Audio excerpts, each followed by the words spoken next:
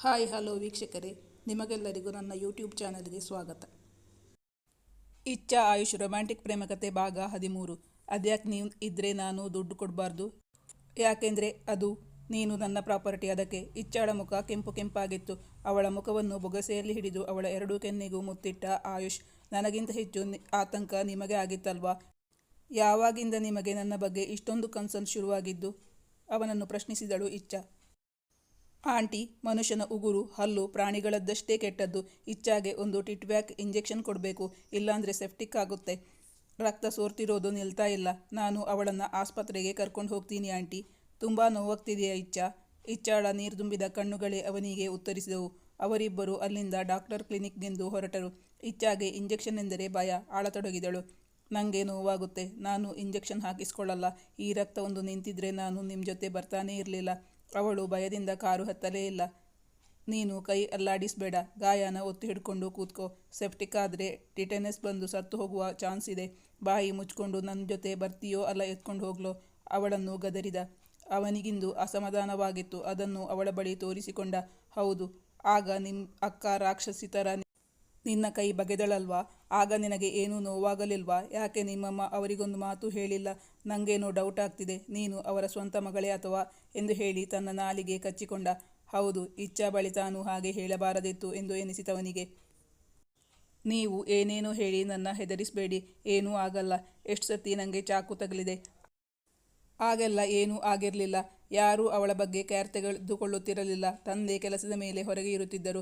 ಅವನ ಮುಖ ಗಂಭೀರವಾಯಿತು. ಈ ಹುಡುಗಿಯನ್ನು ಕೇಳುವವರು, ವಿಚಾರಿಸಿಕೊಳ್ಳುವವರು ಯಾರೂ ಇಲ್ಲವೇ ಅವಳ ಮನೆಯಲ್ಲಿ? ತಾನಿಂದು ಇಲ್ಲಿ ಬಾರದಿದ್ದರೆ ಹೀಗೆ ಒಂದು ದಿನ ಈ ಹುಡುಗಿಯನ್ನು ಮುಗಿಸಿಬಿಡುತ್ತಿದ್ದರೇನೋ ಪಾಪ. ಅವನು ಇಂಜೆಕ್ಷನ್ ಹಾಕಿಸಿಕೊಳ್ಳದಿದ್ದಲ್ಲಿ ಸತ್ತು ಹೋಗಬಹುದು ಎಂದು ಹೇಳಿದ್ದು ಅವಳಿಗೂ ಒಳಗೊಳಗೆ ತುಂಬ ಭಯವಾಗಿತ್ತು. ಈಗ ಆಯುಷ್ ತುಂಬ ಮೃದುವಾಗಿ ಅವಳತ್ತ ನೋಟ ಬೀರಿದ. ನನ್ನ ಮಾತು ಕೇಳಿ ತುಂಬ ಭಯವಾಯಿತಾ ಇಚ್ಛಾ? ಸಾರಿ. ನಿಮ್ಮನೆಯಲ್ಲಿ ನಿನ್ನ ಬಗ್ಗೆ ಕೇರ್ ತಗೊಳ್ಳೋರು ಯಾರೂ ಇಲ್ಲ. ಆದರೆ ನೀನು ನನಗೆ ಬೇಕು. ನೀನು ನನ್ನವಳು ಇಚ್ಛಾ. ನಿಂಗೊಂಚೂರು ನೋವಾದರೂ ನನಗೆ ಸಹಿಸ್ಕೊಳ್ಳೋಕೆ ಆಗಲ್ಲ ಇಚ್ಛಾ. ಅದಕ್ಕಾಗಿ ಈ ರೀತಿ ಹೇಳಿದೆ. ಆದರೆ prevention is better than cure ಅಲ್ವಾ? ಇಂಜೆಕ್ಷನ್ ಹಾಕಿಸಿಕೊಳ್ಳುವುದೇ ಒಳ್ಳೆಯದು. ಅವನು ಅವಳಿಗಾಗಿ ಕಾರಿನ ಡೋರ್ ಓಪನ್ ಮಾಡಿ ಕಾಯುತ್ತಿದ್ದ. ಇಚ್ಛಾ ಕಾರು ಹತ್ತಿ ಕುಳಿತಳು. ನಿಂಗೆ ಹೆಚ್ಚೇನು ನೋವಾಗಲ್ಲ. ಒಂದು ಇರುವೆ ಕಚ್ಚಿದಷ್ಟು ನೋವಾಗುತ್ತೆ ಅಷ್ಟೇ. ಹೆದರ್ಕೋಬೇಡ, ಬಾ. ಅವಳನ್ನು ಡಾಕ್ಟರ್ ಕ್ಲಿನಿಕ್ಕಿಗೆ ಕರೆದೊಯ್ದ ಆಯುಷ್. ಇಚ್ಛಾ ಅಳುಮುಖ ಮಾಡಿಕೊಂಡೇ ಇದ್ದಳು. ಡಾಕ್ಟರ್ ಅವಳ ಮುಖ ನೋಡಿ ಇಂಜೆಕ್ಷನ್ ಎಂದು ಹೆದರಿದ್ದಾಳೆ ಎಂದು ಅರಿತು ಅವಳನ್ನು ಮಾತಾಡಿಸತೊಡಗಿದರು. ಯಾಕೆ? ಏನಾಯಿತು? ಏನು ಮಾಡ್ಕೊಂಡು ಬಂದ್ರಿ ಕೈಗೆ? ಯಾಕೆ? ಏನು ಶಾರ್ಪ್ ಇನ್ಸ್ಟ್ರೂಮೆಂಟ್ ಏನಾದರೂ ನಿಮ್ಮ ಕೈ ಕಟ್ ಮಾಡಿಕೊಂಡು ಬಂದಿದ್ದೀರಾ? ಹಾಗೆ ಕಾಣಿಸ್ತಾ ಇದೆಯಲ್ಲ? ಅದಕ್ಕೆ ಉತ್ತರಿಸಿದವನು ಆಯುಷ್. ಅದು ಪರ್ಫ್ಯೂಮ್ ಬಾಟಲ್ಗೋಸ್ಕರ ಅಕ್ಕ ತಂಗಿಯರ ಜಗಳ ನಡೆದು ಅವರಕ್ಕನ ಉಗುರಿನಿಂದಾಗಿರೋ ಗಾಯ. ಅಬ್ಬಾ, ಅದೆಷ್ಟು ಶಾರ್ಪಾಗಿ ಉಗುರು ಬೆಳೆಸ್ಕೊಂಡಿದ್ದಾರೆ ಅವರು. ಅದು ತುಂಬ ಡೇಂಜರ್. ಅವರನ್ನು ಮದುವೆಯಾಗುವವನನ್ನು ಆ ದೇವರೇ ಕಾಪಾಡಬೇಕು ಎನ್ನುತ್ತಾ ಡಾಕ್ಟರ್ ನಕ್ಕರು. ಮತ್ತೆ ನೀವು ಅಕ್ಕನ ಹಾಗೆ ಉಗುರು ಬೆಳೆಸಿಕೊಳ್ಳಲ್ವಾ?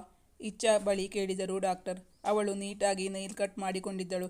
ಓ ಮೈ ಗಾಡ್, ಎಷ್ಟೊಂದು ರಕ್ತ. ನಾನೀಗ ನಿಮಗೆ ಪ್ರೆಷರ್ ಬ್ಯಾಂಡೇಜ್ ಕಟ್ತೀನಿ. ರಕ್ತ ನಿಲ್ಲುತ್ತಾ ನೋಡೋಣ.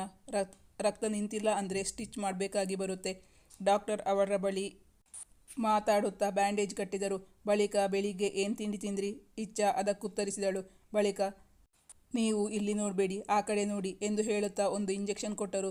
ಇಂಜೆಕ್ಷನ್ ಚುಚ್ಚಿದ್ದು ಇಚ್ಛಾಗೆ ಅಷ್ಟೇನೂ ನೋವಾಗಿರಲಿಲ್ಲ. ಕೈ ನೋವಿಗೆ ರಾತ್ರಿ ಜ್ವರ ಬಂದರೂ ಬಂದೀತು. ಅದಕ್ಕೂ ಒಂದು ಟ್ಯಾಬ್ಲೆಟ್ ಕೊಡ್ತೀನಿ ಎಂದು ಒಂದು ಪೇಯ್ನ್ ಕಿಲ್ಲರ್ ಟ್ಯಾಬ್ಲೆಟ್ನ ಚೀಟಿ ಬರೆದು ಅದನ್ನು ಆಯುಷ್ ಕೈಗೆ ಕೊಟ್ಟರು ಡಾಕ್ಟರ್. ಆಯುಷ್ ಡಾಕ್ಟರಿಗೆ ಅವರ ಫೀಸ್ನ ದುಡ್ಡು ತೆತ್ತು ಅಲ್ಲಿಂದ ಮೆಡಿಕಲ್ ಶಾಪಿಗೆ ಹೋಗಿ ಟ್ಯಾಬ್ಲೆಟ್ ಖರೀದಿಸಿಕೊಂಡು ಬಂದ. ಇಚ್ಛಾ ಗಡಿಬಿಡಿಯಲ್ಲಿ ಬರುವಾಗ ದುಡ್ಡು ತರಲು ಮರೆತಿದ್ದಳು. ಅವಳಿಗೆ ಈಗ ತನ್ನ ಬಗ್ಗೆ ನಾಚಿಕೆ ಎನಿಸಿ ಹೇಳಿದಳು. ಸಾರಿ, ಆಗ ಕೈಗೆ ಏಟಾಗಿ ನೋವಾಗಿತ್ತು. ನಾನು ಪರ್ಸ್ ತಗೊಂಡು ಬರೋದೇ ಮರೆತಿದ್ದೆ. ಮನೆಗೆ ಹೋದ್ಮೇಲೆ ನಿಮಗೆ ದುಡ್ಡು ಹಿಂದಿರುಗಿಸಿ ಕೊಡ್ತೀನಿ. ಇಚ್ಛಾ, ನಾನಿರುವಾಗ ಯಾವತ್ತೂ ನೀನು ದುಡ್ಡು ಕೊಡೋಕೆ ಬರಬೇಡ. ನಂಗದು ಇಷ್ಟ ಆಗಲ್ಲ. ಯಾಕೆ? ಅದ್ಯಾಕೆ ನೀವು ಇದ್ರೆ ನಾನು ದುಡ್ಡು ಕೊಡಬಾರ್ದು? ಅವನನ್ನು ಪ್ರಶ್ನಿಸಿದಳು. ಯಾಕೆಂದರೆ ಅದು ನೀನು ನನ್ನ ಪ್ರಾಪರ್ಟಿ. ಅದಕ್ಕೆ. ಅವನ ಉತ್ತರ ಕೇಳಿ ಇಚ್ಛಾಳ ಮುಖ ಕೆಂಪು ಕೆಂಪಾಗಿತ್ತು. ಇಚ್ಛಾ ಅವನತ್ತ ನೋಡುವ ಸಾಹಸ ಮಾಡಲಿಲ್ಲ. ಅಲ್ಲಿಂದ ಬರುತ್ತಾ ಕಾರಿನಲ್ಲಿ ಕೂತ ಬಳಿಕ ಅವನು ಅವಳ ಮುಖವನ್ನು ಬೊಗಸೆಯಲ್ಲಿ ಹಿಡಿದು ಅವಳ ಎರಡೂ ಕೆನ್ನೆಗೂ ಮುತ್ತಿಟ್ಟು ಹೇಳಿದ. Very good girl. ಇಂಜೆಕ್ಷನ್ ಬೇಡ ಅಂತ ಅತ್ತು ಕರೆದು ರಂಪ ಮಾಡ್ತೀಯೇನೋ ಅಂತ ಭಯವಾಗಿತ್ತು ನನಗೆ. ಸದ್ಯ ಹಾಗೇನೂ ಮಾಡಿಲ್ಲ. ಇಚ್ಛಾಳ ಮುಖ ಕೆಂಪಾಯಿತು. ಅವಳು ಅವನತ್ತಲೇ ನೋಡಿದಳು. ನನಗಿಂತ ಹೆಚ್ಚು ಆತಂಕ ನಿಮಗೆ ಆಗಿತ್ತಲ್ವಾ? ಯಾವಾಗಿಂದ ನಿಮಗೆ ನನ್ನ ಬಗ್ಗೆ ಇಷ್ಟೊಂದು ಕನ್ಸರ್ನ್ ಶುರುವಾಗಿದ್ದು? ಅವನನ್ನು ಪ್ರಶ್ನಿಸಿದಳು. ಅದೆಲ್ಲ ಈಗಲೇ ಹೇಳಬೇಕಾ? ಈಗಲೇ ಹೇಳಬೇಕು ಅಂದರೆ ನಿನ್ನ ಮನೆಗೆ ಕರ್ಕೊಂಡು ಹೋಗಲ್ಲ, ಬೇರೆಲ್ಲಾದರೂ ಕರ್ಕೊಂಡು ಹೋಗಿ ಹೇಳ್ತೀನಿ. ಬರ್ತೀಯಾ ನನ್ನ ಜೊತೆ? ಹೋಗೋಣವಾ? ಅವಳನ್ನು ಕೇಳಿದ. ಅವನಿಗೆ ಅವಳ ಮನದಲ್ಲಿ ತನ್ನ ಬಗ್ಗೆ ಅವಳಿಗೆ ಯಾವ ಭಾವನೆ ಇದೆ ಎಂದು ತಿಳಿಯುವ ಆಸೆ ಇತ್ತು. ಅವನಿಂದು ಅದಕ್ಕಾಗಿಯೇ ಬಂದಿದ್ದು. ಆದರೆ ಅವಳು ಕೈಗೆ ಏಟು ಮಾಡಿಕೊಂಡಿದ್ದಳಲ್ಲ, ಆದ್ದರಿಂದ ಇದು ಸರಿಯಾದ ಸಂದರ್ಭವಲ್ಲ ಎಂದು ಅಂದುಕೊಂಡಿದ್ದ. ಇಚ್ಛಾಗೀಗ ಅವನೊಂದಿಗೆ ಹೋಗುವ ಮನಸ್ಸಿರಲಿಲ್ಲ. ಈಗ ನಾನೆಲ್ಲೂ ಬರಲ್ಲ, ನಾನು ಬಂದರೆ ನಮ್ಮಮ್ಮ ನನ್ನ ಹರಾಜು ಹಾಕಿಬಿಡ್ತಾರೆ ಅಷ್ಟೇ. ಮದುವೆಗೆ ಇನ್ನೂ 1 ವಾರ ಇರೋದಲ್ವಾ? ನನಗೆ ಮನೇಲಿ ಬೇಕಾದಷ್ಟು ಕೆಲಸ ಇದೆ. ಇಚ್ಛಾ, ನಿಮ್ಮಮ್ಮ ನಿನ್ನ ಹರಾಜು ಹಾಕಿದರೆ ನಾನು ನಿನ್ನ ಹೈಯೆಸ್ಟ್ ಬಿಡ್ ಮಾಡಿ ಕೊಂಡ್ಕೋತೀನಿ. ನಿನ್ನ ಯಾವಾಗ ಹರಾಜು ಹಾಕ್ತಾರೆ ಅಂತ ಕಾಯ್ತಾ ಕೂತಿದ್ದೀನಿ. ಅವನು ಸಂದರ್ಭ ಸಿಕ್ಕಾಗ ತನ್ನ ಮನದಲ್ಲಿರುವ ಭಾವನೆಗಳನ್ನು ಅವಳೊಂದಿಗೆ ಹಂಚಿಕೊಳ್ಳುತ್ತಿದ್ದ. ಆದರೆ ಅವಳು ಹೇಳಿಕೊಳ್ಳುತ್ತಿರಲಿಲ್ಲ. ಅವನ ಮಾತು ಕೇಳಿ ಇಚ್ಛಾ ನಸು ಮುನಿದಳು. ನಿಮಗೆ ಒಳ್ಳೆ ತಮಾಷೆ. ನಾನು ನಮ್ಮಮ್ಮ ಬೈತಾರೆ ಅಂತ ಹೇಳಿದ್ದು. ಆದಷ್ಟು ಬೇಗ ನನ್ನ ಮನೆಗೆ ಬಿಡಿ, ನಾನೆಲ್ಲೂ ಬರಲ್ಲ. ಇಂದು ಅವನು ಬಂದ ಕೆಲಸ ಆಗಿರಲಿಲ್ಲ.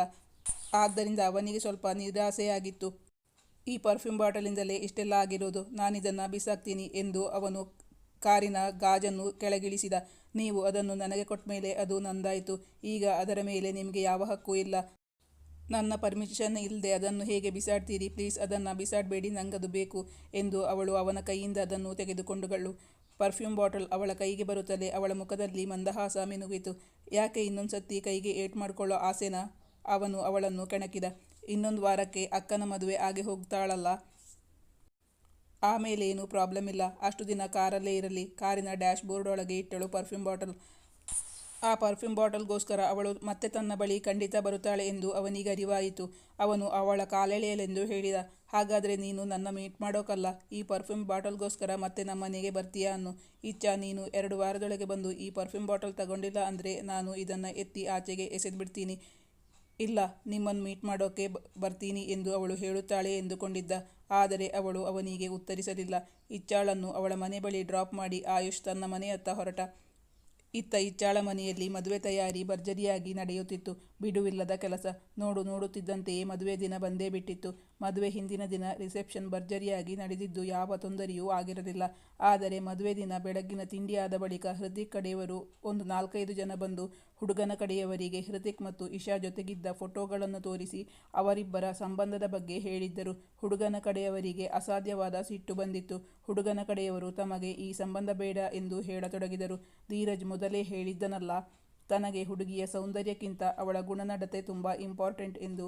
ಗುಣನಡತೆ ಸರಿಯಿಲ್ಲದ ಹುಡುಗಿ ಅವರಿಗೆ ಬೇಕಾಗಿರಲಿಲ್ಲ. ಇದರಿಂದಾಗಿ ಸಂಧಾನ ಹಾಕಿದ್ದ ವಿಶ್ವನಾಥ್ ಅವರಿಗೂ ತುಂಬ ಅಸಮಾಧಾನವಾಗಿತ್ತು. ಬೆಂಕಿ ಇಲ್ಲದೆ ಹೊಗೆ ಏಳಲ್ಲ ಅಂತ ಗೊತ್ತು. ಮತ್ತೆ ಅವರು ಬಂದಾಗ ನಿಮ್ಮ ಮುಖದಲ್ಲಿ ಆದ ವ್ಯತ್ಯಾಸವನ್ನು ನಾವು ಗುರುತಿಸಿದ್ದೀವಿ. ಇದರಲ್ಲಿ ಸತ್ಯಾಂಶ ಇದೆ. ಗೊತ್ತಿದ್ದು ನೀವು ಅಂತಹ ಸಂಬಂಧವನ್ನು ನಮಗೆ ಹೇಳಿದ್ರಲ್ಲ ಅಂತ ಹುಡುಗನ ಕಡೆಯವರು ನನ್ನ ಮೇಲೆ ಅಸಮಾಧಾನ ವ್ಯಕ್ತಪಡಿಸುತ್ತಿದ್ದಾರೆ. ನಿಮ್ಮ ಸಂಬಂಧ ಹೇಳಿ ನಾನು ಈಗ ಕಲಿಯಾಗಿ ಬಿಟ್ಟೆ ಎಂದು ವಿಶ್ವನಾಥ್ ಅವರು ಈಶ್ವರ್ ಬಳಿ ಬಂದು ಹೇಳಿದಾಗ ಅವರಿಬ್ಬರ ಮಧ್ಯೆ ಜೋರಾಗಿ ಮಾತಿನ ಚಕಮಕಿಯಾಯಿತು. ಗೊತ್ತಿದ್ದು ನಡತೆ ಸರಿಯಿಲ್ಲದ ಹುಡುಗಿಯನ್ನು ತಮ್ಮ ನೆಂಟರಿಗೆ ಹೇಳುವಂತಾಯಿತಲ್ಲ ಎಂಬ ಅಸಮಾಧಾನ ವಿಶ್ವನಾಥ್ ಅವರಿಗಿತ್ತು. ಈಶ್ವರ್ ಅವರಿಗೆ ಮೊದಲೇ ವಿಷಯ ಗೊತ್ತಿತ್ತಲ್ಲ, ಆದರೂ ಅವರು ಮುಚ್ಚಿಟ್ಟು ತಮ್ಮ ಮಗಳ ಮದುವೆ ತಯಾರಿ ನಡೆಸಿದ್ದರಲ್ಲ. ಈಗ ಮದುವೆ ನಿಂತರೆ ತಮ್ಮ ಮಗಳಿಗೆ ಮುಂದೆ ಮದುವೆಯಾಗದಿದ್ದರೆ ಎಂದು ಭಯವಾಗುತ್ತಿತ್ತು ಈಶ್ವರ್ ಅವರಿಗೆ. ಈಗ ಈಶ್ವರ್ ಅವರ ಪರಿಸ್ಥಿತಿಯಂತೂ ತುಂಬ ಶೋಚನೀಯವಾಗಿತ್ತು. ಅವರು ಬೆವರತೊಡಗಿದರು. ಅವರಿಗೆ ಎದೆನೋವು ಕಾಣಿಸಿಕೊಂಡಿತ್ತು. ಗಂಡನ ಪರಿಸ್ಥಿತಿಯನ್ನು ಅರ್ಥ ಮಾಡಿಕೊಂಡ ಗೀತಾ ಅವರು ಇಚ್ಛಾ ಬಳಿ ಬಂದು ಹೇಳಿದರು, ನೀನು ಅನಂತರಾಮ್ ಅಂಕಲ್ ಅವರ ಜೊತೆ ಮಾತಾಡು. ಅವರ ಮಗನಿಗೆ ಇಶಾಳ ಜೊತೆ ಮದುವೆಗೊಪ್ಪಿದರೆ ನಿಮ್ಮಪ್ಪನ ಮರ್ಯಾದೆ ಉಳಿಯುತ್ತೆ. ಇಚ್ಛಾ, ನೀನು ಒಮ್ಮೆ ಹೋಗಿ ಅವರತ್ರ ಮಾತಾಡು ಎಂದು ಅವಸರಪಡಿಸುತ್ತಿದ್ದರು ಗೀತಾ. ಅಂದು ಅವರ ಪ್ರಾಣವನ್ನು ಇಚ್ಛಾ ಕಾಪಾಡಿದ್ದಳಲ್ಲ, ಆದ್ದರಿಂದ ಇಚ್ಛಾಳ ಮಾತಿಗೆ ಅವರು ಖಂಡಿತ ಬೆಲೆ ಕೊಡುತ್ತಾರೆ ಎಂಬುದು ಗೀತಾ ಅವರ ಅಭಿಮತವಾಗಿತ್ತು. ಇಚ್ಛಾಗೆ ಆಯುಷ್ನ ಮನಸ್ಸಲ್ಲಿ ಏನಿದೆ ಎಂದು ಸ್ಪಷ್ಟವಾಗಿ ಗೊತ್ತಿತ್ತು. ಮದುವೆ ವಿಷಯದಲ್ಲಿ ಯಾರನ್ನೂ ಬಲವಂತ ಮಾಡುವಂತಿಲ್ಲ ಎಂಬುದು ಅವಳ ಅಭಿಪ್ರಾಯವಾಗಿತ್ತು. ಆದರೂ ತಾಯಿ ಹೇಳುತ್ತಿದ್ದಾರೆ. ಅದಲ್ಲದೆ ಅವಳ ಪ್ರೀತಿಯ ತಂದೆಯ ಮರ್ಯಾದೆ ಉಳಿಸುವುದು ಕೂಡ ಅವಳ ಆದ್ಯ ಕರ್ತವ್ಯವಾಗಿತ್ತು. ಆದ್ದರಿಂದ ಇಚ್ಛಾ ಈ ವಿಷಯವಾಗಿ ಮಾತಾಡಲು ಅನಂತರಾಮ್ ಅವರ ಮನೆಯ ಬಳಿ ಹೊರಟಳು. ಇಚ್ಛಾ ಈ ವಿಷಯವನ್ನು ಅನಂತರಾಮ್ ಅವರ ಬಳಿ ಬಂದು ಕೇಳುವ ಮೊದಲು ನೇರವಾಗಿ ಆಯುಷ್ ಬಳಿಯೇ ಈ ವಿಚಾರವನ್ನು ಪ್ರಸ್ತಾಪಿಸಲು ಹೊರಟಳು. ಮದುವೆ ಆಗಬೇಕಾಗಿರುವವನನ್ನೇ ಅಭಿಪ್ರಾಯ ಕೇಳುವುದು ಒಳಿತು ಎಂಬುದು ಅವಳ ಅಭಿಪ್ರಾಯವಾಗಿತ್ತು. ಆಯುಷ್ ಇನ್ನೂ ಮದುವೆಗೆ ಬಂದಿರಲಿಲ್ಲ. ಅವನಿಗೆ ಇಲ್ಲಿ ಆದ ಯಾವ ವಿಚಾರವೂ ಗೊತ್ತೂ ಆಗಿರಲಿಲ್ಲ. ಅವನಿನ್ನೂ ಅವನ ಮನೆಯಲ್ಲಿಯೇ ಇದ್ದ. ಇಚ್ಛಾ ಕೂಡಲೇ ಅವನ ಮನೆಯತ್ತ ಹೊರಟಳು. ಅವಳು ಅವನ ಮನೆ ಕರೆಗಂಟೆ ಒತ್ತಿದಾಗ ಆಯುಷ್ ಬಾಗಿಲು ತೆರೆದಿದ್ದ. ಇಂದು ಇಷ್ಟು ಹೊತ್ತಿನಲ್ಲಿ ಇಚ್ಛಾ ತನ್ನ ಮನೆಗೆ ಬಂದಿದ್ದು ಕಂಡು ಆಯುಷ್ಗೆ ಸಖೇದ ಆಶ್ಚರ್ಯವಾಗಿತ್ತು. ಅವಳ ಮುಖದಲ್ಲಿ ದಿಗಿಲು ಕಂಡು ಅವನು ಅವಳನ್ನು ಪ್ರಶ್ನಿಸಿದ. ಯಾಕೆ? ಏನಾಯ್ತು? ಯಾಕೆ ಒಂಥರ ಇದ್ದೀಯಾ? ತುಂಬ ಟೆನ್ಷನ್ನಲ್ಲಿದ್ದೀಯಲ್ಲ, ಏನಾಗಬೇಕು? ಅದು ನಿಮ್ಮಿಂದ ನನಗೆ ಒಂದು ಫೇವರ್ ಆಗಬೇಕಾಗಿತ್ತು. ನೀವು ನನಗೆ ಇಲ್ಲ ಅಂತ ಹೇಳೋದಿಲ್ಲ ಅಲ್ವಾ? ಖಂಡಿತ ಮಾಡಿಕೊಡ್ತೀರಿ ಅಲ್ವಾ? ಅವಳು ಮಾತಲ್ಲಿ ಅವನನ್ನು ಕಟ್ಟಿಹಾಕಲು ನೋಡುತ್ತಿದ್ದಳು. ಇಚ್ಛಾ, ನೀನು ಏನು ಹೇಳ್ತಾ ಇದ್ದೀಯಾ ಅಂತ ನನಗೆ ಅರ್ಥ ಆಗ್ತಾ ಇಲ್ಲ. ಸ್ವಲ್ಪ ನನಗೆ ಅರ್ಥ ಆಗುವ ಹಾಗೆ ಬಿಡಿಸಿ ಹೇಳು. ಹೀಗೆ ಒಗಟಾಗಿ ಹೇಳಿದರೆ ನನಗೆ ಅರ್ಥ ಆಗಲ್ಲ. ಇಂದು ಅಕ್ಕನ ಮದುವೆ ಇದ್ದು ಅವಳು ಇಲ್ಲಿಗೆ ಬಂದಿದ್ದಾಳೆಂದರೆ ಏನೋ ಎಡವಟ್ಟಾಗಿದೆ ಎಂದು ಅವನಿಗೆ ಅರ್ಥವಾಗಿತ್ತು. ಯಾವತ್ತೂ ಏನನ್ನೂ ಕೇಳದೆ ಇಂದು ತನ್ನ ಬಳಿ ಫೇವರ್ ಕೇಳುತ್ತಿದ್ದಾಳೆ ಎಂದರೆ ಏನಿರಬಹುದು? ಅವನ ಮನಸ್ಸು ಯೋಚಿಸುತ್ತಿತ್ತು. ಮುಂದಿನ ಸಂಚಿಕೆಯಲ್ಲಿ ನೀವು ನಿಜವಾಗ್ಲೂ ನನ್ನನ್ನು ಪ್ರೀತಿಸ್ತಾ ಇದ್ದರೆ, ನಂಗೆ ಸಹಾಯ ಮಾಡಬೇಕು ಅಂತ ಇದ್ದರೆ ನೀವು ನನಗೊಂದು ಫೇವರ್ ಮಾಡಿಕೊಡಿ. ಇವತ್ತು ಅದೇ ಮುಹೂರ್ತದಲ್ಲಿ ನನ್ನ ಅಕ್ಕನ್ನ ಮದುವೆ ಆಗ್ತೀರಾ? ಅದು ನನ್ನ ರಿಕ್ವೆಸ್ಟ್. ಇದು ನೀವು ನನಗೆ ಮಾಡಬೇಕಾಗಿರೋ ಫೇವರ್. ಇದಕ್ಕೆ ಆಯುಷ್ನ ಉತ್ತರವೇನು? ಮುಂದಿನ ಸಂಚಿಕೆಯಲ್ಲಿ ನೋಡಿ.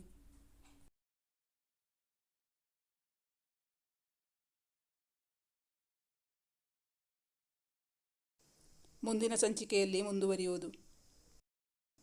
ವೀಕ್ಷಕರೇ, ಇಚ್ಛಾ ಆಯುಷ್ ಕತೆ ಬೇಕಾ? ಸುಶಾಂತ್ ಸಂಸ್ಕೃತಿದು ಬೇಕಾ? ಅಥವಾ ಹೊಸ ಕತೆ ಬೇಕಾ? ಕಮೆಂಟ್ ಮಾಡಿ ತಿಳಿಸಿ.